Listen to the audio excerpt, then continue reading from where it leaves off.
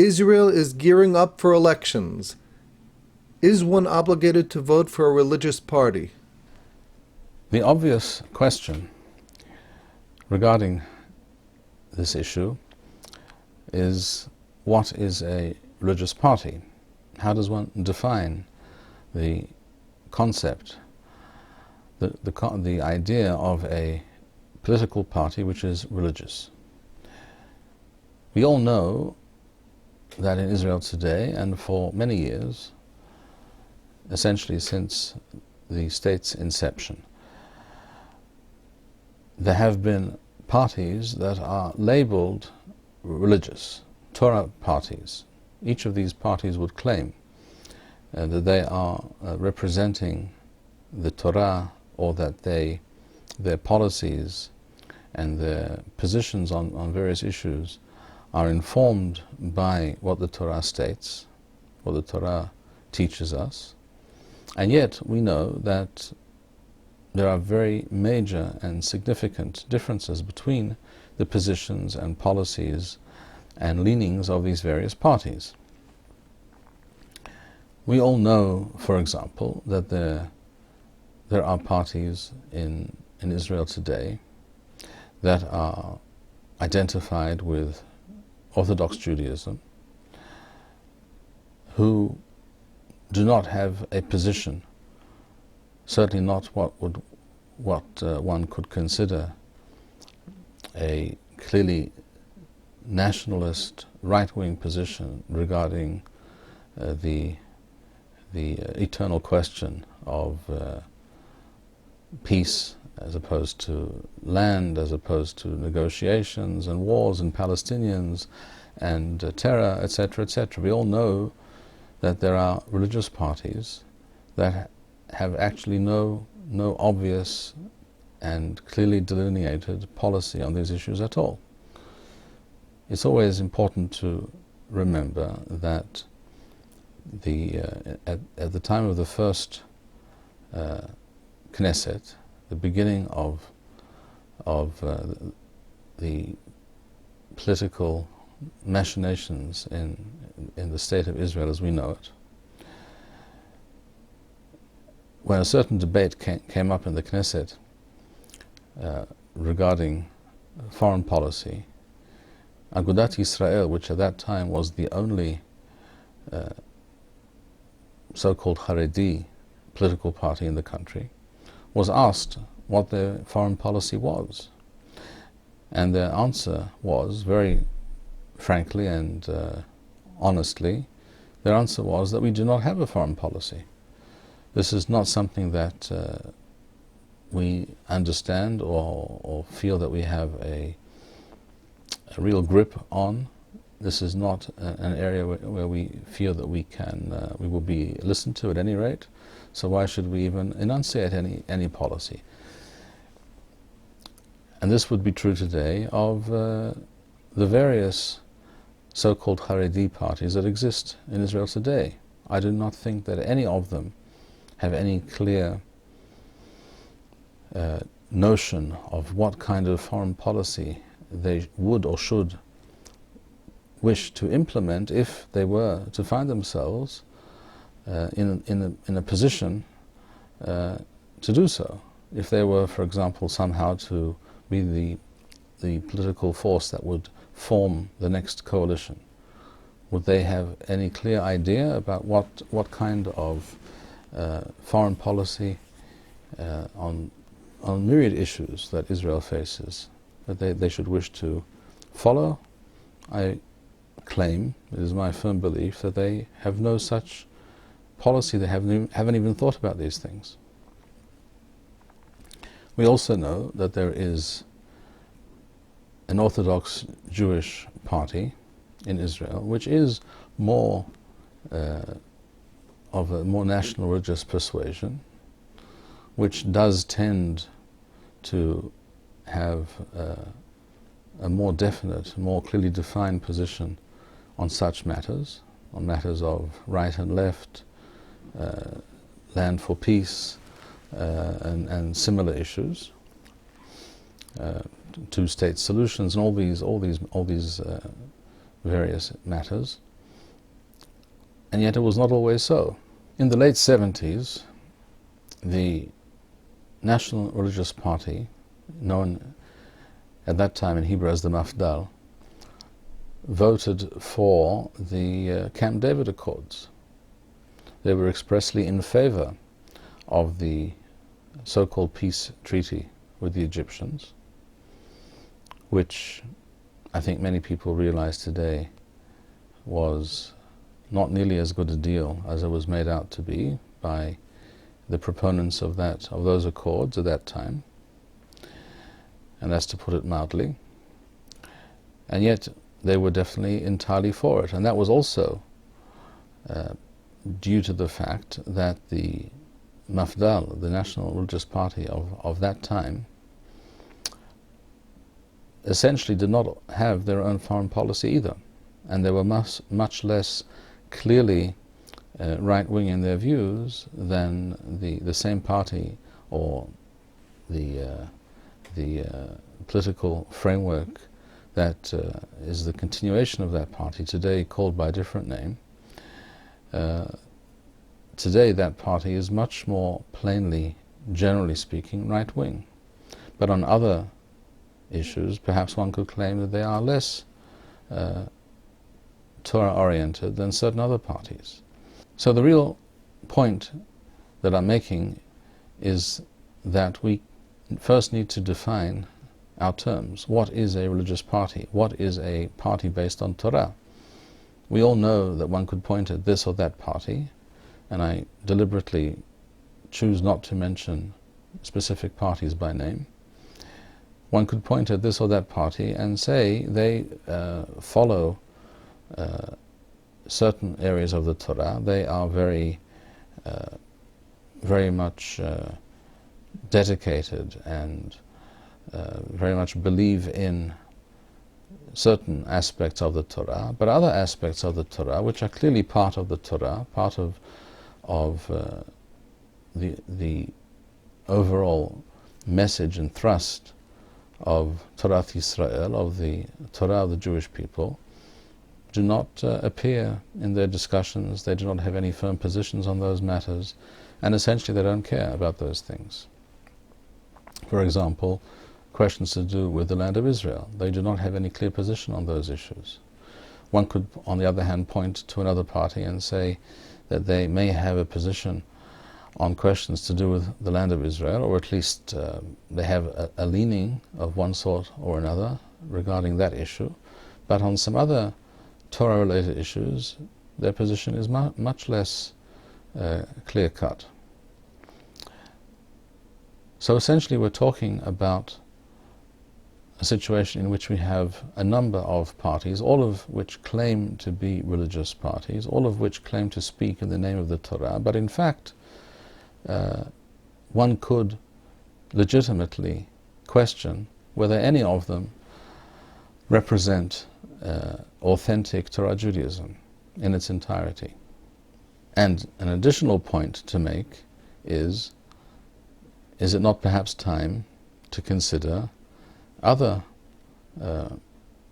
political organizations that are perhaps not rooted in century-old arguments and distinctions and modes of thinking, but rather are rooted in the here and now and are trying to deal with the real needs of the Jewish people today and in the future.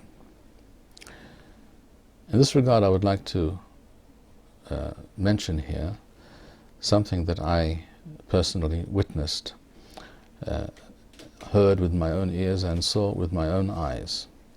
I refer to December 1981, according to the Christian calendar.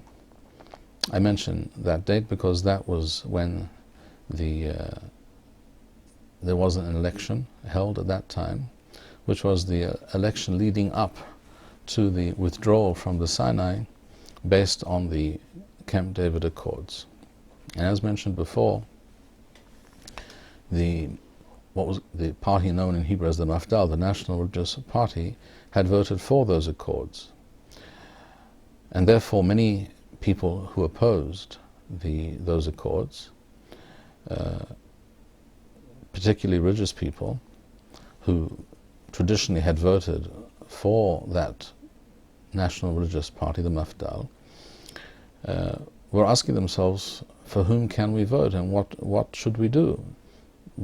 Is it possible perhaps to overturn that decision, to go forward with the Camp David Accords? And if so, which political organization is willing and even speaks about such a thing? The only political party of the day that was vehemently opposed to those accords and wished to abrogate the decision to go through with those accords with the agreement with Egypt was the Tehiyah party. The Tehiyah party was not a religious party. There were, as I recall, one or two members of that party who were religious, who were observant Jews, but there were many, in fact the majority were not so, and it was established by Yuval Ne'eman, who was an entirely not irreligious, secular individual. In terms of his ideology, he was clearly right-wing, but he was not a religious Jew by any stretch of the imagination. Another founder of the Tehiyah party was Gula Cohen, who again was not a religious Jew. One could perhaps claim she was traditional in some ways, but she was definitely not a religious Jew. And she broke away from the Likud in order to join the Tehiyah, in order to oppose the Camp David Accords. And I was present in the home of Harav Tzvi Yehuda Kook Zetzal, the son of Harav Avraham Yitzchak Kohen Kook. He was the Rosh Yeshiva of the yeshiva in which I studied at that time, Yeshivat Merkaz Harav in Yerushalayim.